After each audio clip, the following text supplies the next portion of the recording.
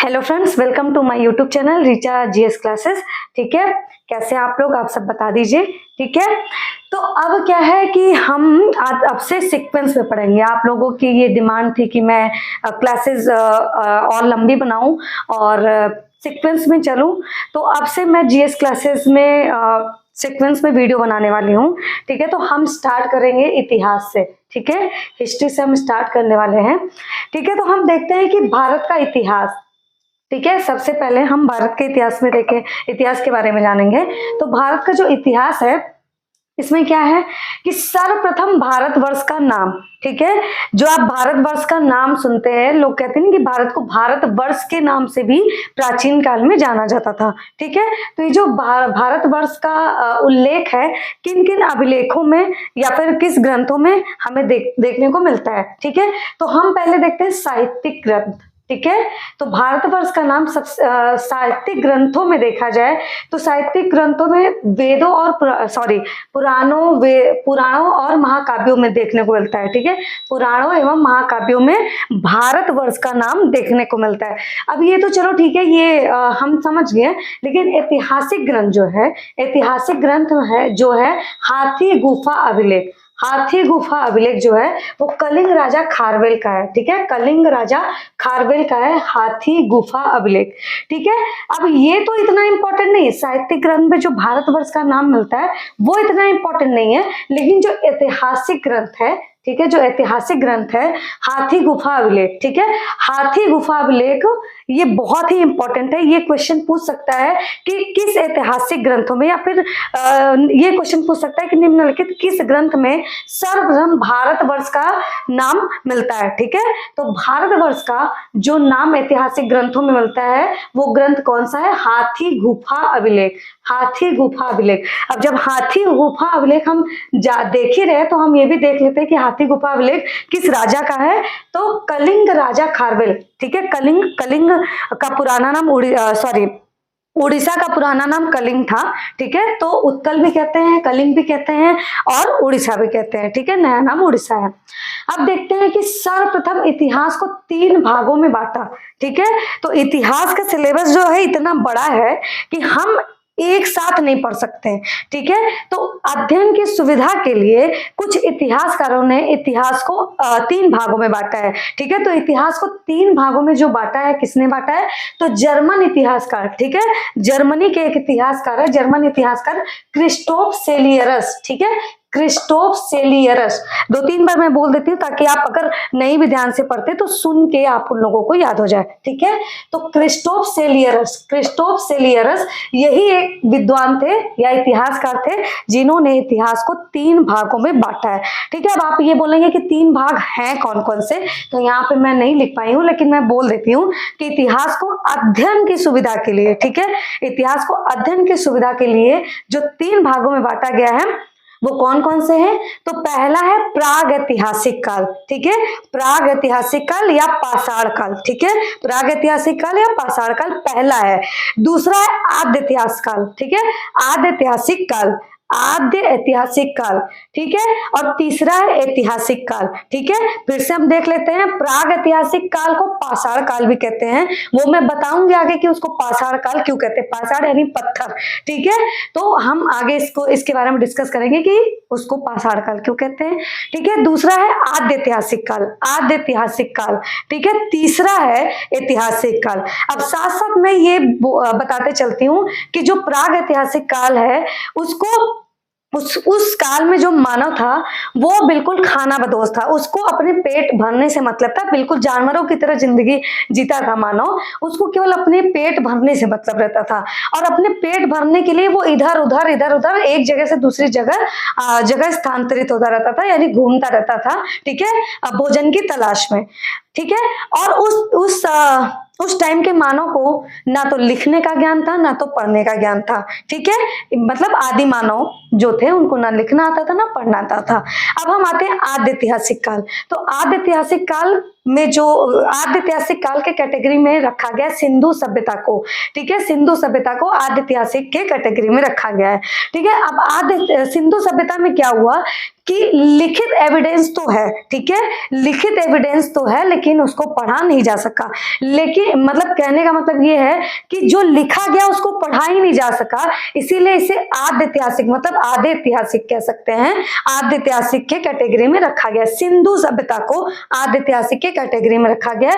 उस समय का जो लेखन था, जो अभिलेख या फिर जो कुछ भी मिले हैं उसको अभी तक इतिहासकार पढ़ नहीं सके हैं, ठीक है, उसको पढ़ा नहीं जा सका है।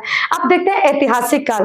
तो ऐतिहासिक काल के कैटेगरी में हम वेदों को रख सकते हैं या ऐतिहासिक ग्रंथों को रख सकते हैं। इसमें क्या हुआ कि जो कुछ भी लिखा गया उसको पढ़ा भी गया, यानी वेद लिखे गए तो उसको पढ़ा भी तो जाता है, भाई वेदों को नहीं पढ़ते क्या, तो वेदों के बारे में लिखा गया, इसलिए वेदों को हम ऐतिहासिक काल के कैटेगरी में रख सकते हैं, ठीक है। तो आपको समझ में आ गया कि जो 3 भागों में विभाजित किया गया वो कौन कौन से हैं। तो प्रागैतिहासिक काल पहला हो गया, आद्य ऐतिहासिक काल दूसरा हो गया, ऐतिहासिक काल तीसरा हो गया। मैंने बता भी दिया है कि क्यों और किस वजह से रखा गया है, ठीक है। अब हम देख लेते हैं कि प्राचीन भारत के बारे में हम जानेंगे। तो प्राचीन भारत के बारे में हम, भाई प्राचीन भारत में क्या हुआ था हम ये कैसे जानेंगे। कुछ तो ऐसा क्लू होगा कि कोई एविडेंसेस होंगे, कोई रिसोर्सेस होंगे जिसके बिहाफ पे हम ये जान पाएंगे कि प्राचीन काल में जो कुछ भी हुआ, भाई प्राचीन काल में जो कुछ भी हुआ वो हमें कैसे पता चलेगा। ऑब्वियस सी बात है, कोई एविडेंस होगा, कुछ तो होगा, है ना। तो देखते हैं कि प्राचीन काल की जो जानकारी का मुख्य स्रोत है वो 4 प्रकार के हैं, ठीक है। 4 प्रकार के स्रोत हैं, कौन कौन से हैं। तो पहला हो गया साहित्यिक स्रोत या धार्मिक ग्रंथ, ठीक है, साहित्यिक स्रोत या फिर धार्मिक स्रोत हो गया, ठीक है, धर्म ग्रंथ के बिहाफ पे जो स्रोत मिले हैं, ठीक है। दूसरा क्या है, पुरातात्विक स्रोत, ठीक है, पुरातात्विक स्रोत। तीसरा ऐतिहासिक स्रोत। चौथा है विदेशी विवरण, ठीक है। अब जो साहित्यिक स्रोत है यानी धर्म ग्रंथ के आधार पर जो हमें जानकारी मिलती है वो कौन कौन सा है, वेद है, पुराण है, महाकाव्य इत्यादि से हमें प्राचीन काल के बारे में कुछ कुछ जानकारियां मिलती है, ठीक है। दूसरा हो गया पुरातात्विक स्रोत। बस पुरातात्विक स्रोतों में हो गया शिलालेख, अभिलेख, गुहालेख, स्तंभ लेख इत्यादि, ठीक है। शिलालेख यानी अशोक के जो शिलालेख हैं उसके माध्यम से हमें प्राचीन काल की जानकारी मिलती है। अभिलेखों के माध्यम से जो जिन राजाओं ने अपने अभिलेख खुदवाए हैं या लिखवाए हैं उससे हमें जानकारी मिलती है। गुहा यानी गुफाओं में जो अभिलेख लिखे गए हैं उसको गुहालेख कहते हैं, उससे जानकारी मिलती है। और स्तंभ यानी अशोक के जो स्तंभ है उस पे भी जो लिखी हुई है उससे भी हमें प्राचीन काल के बारे में जान पाते हैं, ठीक है। अब हम देखते हैं ऐतिहासिक स्रोतों में क्या है, पाणिनि का अष्टाध्यायी, ठीक है, पाणिनि का अष्टाध्यायी जो है, और इसके बाद पतंजलि का महाभाष्य, ठीक है, पतंजलि का महाभाष्य हो गया, ठीक है।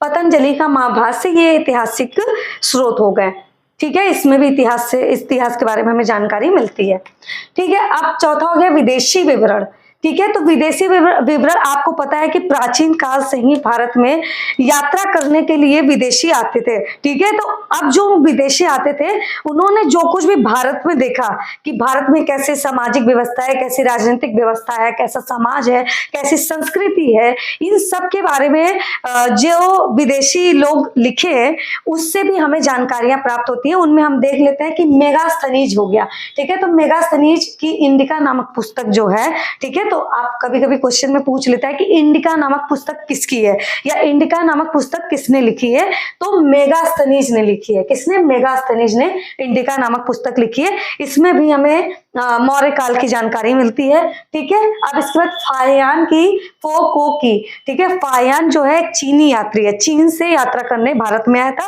और उसका जो ग्रंथ है फो को की, फिर से देख लीजिए, फा आपको अगर नहीं याद भी होता है तो एक तरीका ये है कि फ यहाँ भी है, फ यहाँ भी है, तो फाहियान फो को की, फाहियान फो को की, इससे आप देख लेते हैं, समझ सकते हैं, ठीक है। तो फाहियान ने जो पुस्तक लिखी थी उस पुस्तक का नाम है फो को की, ठीक है।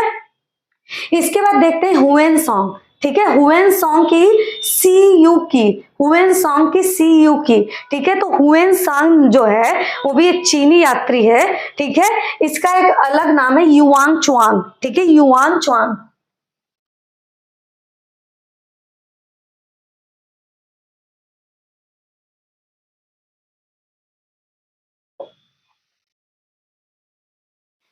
तो हुएन सॉन्ग जो है, ठीक है, हुएन सॉन्ग उसका एक दूसरा नाम भी है युआंग चुआंग, ठीक है। क्वेश्चन में ऐसे भी पूछ लेता है, ठीक है, कि युआंग चुआंग किसका नाम है या फिर युआंग चुआंग कौन है, तो इसके बारे में भी आपसे पूछ सकता है। तो भाई दूसरा नाम भी आप लोग जानते रहिए, ये चाइनीज है तो भाई चाइनीज नाम भी है, फायान, हुएन सॉन्ग, युआंग चुआंग, ठीक है। तो हुएन सॉन्ग का दूसरा नाम युआंग चुआंग है। अब हुएन सॉन्ग ने जो पुस्तक लिखी है वो सी यू की, ठीक है।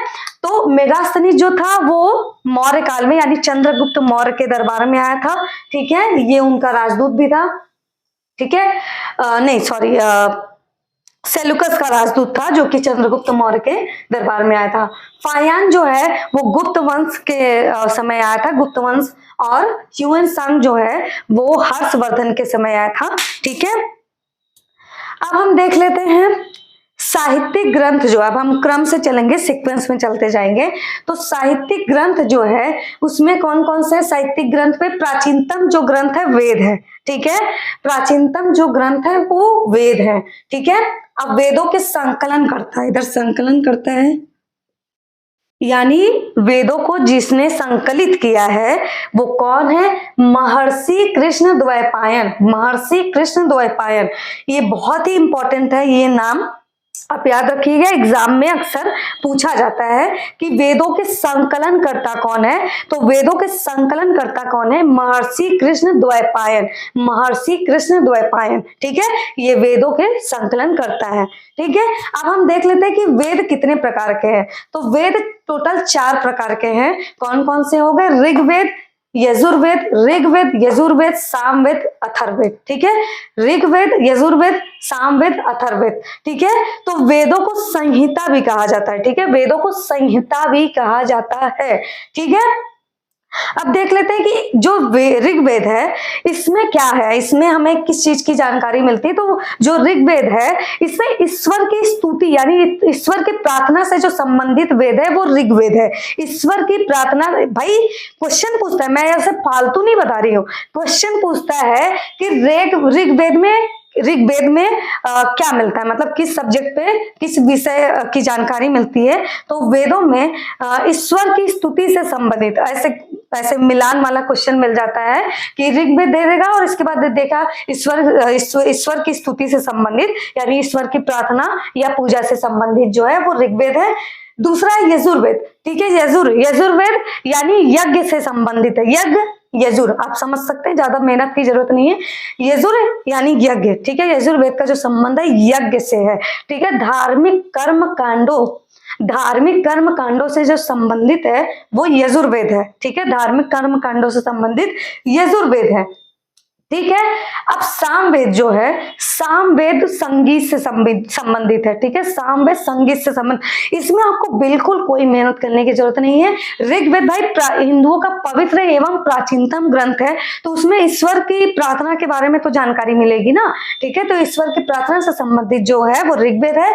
दूसरा यजुर्वेद है यानी यज्ञ से संबंधित है, धार्मिक कर्म कांडों से संबंधित है। सामवेद स से साम, स से संगीत, ठीक है, तो सामवेद संगीत से संबंधित है, ठीक है। अथर्ववेद, तो अथर्ववेद का जो विषय है वो जादू टोना चिकित्सा यानी जो जादू टोने का कॉन्सेप्ट अब देखते हैं, अभी इतनी मतलब वो लोग होते नहीं जादू कर दिया टोना कर दिया ये सब आप सुनते ही है। तो ये जो वर्ड है कहां से निकला है, अथर्ववेद से, ठीक है, ये जो वर्ड है अथर्ववेद से निकला है।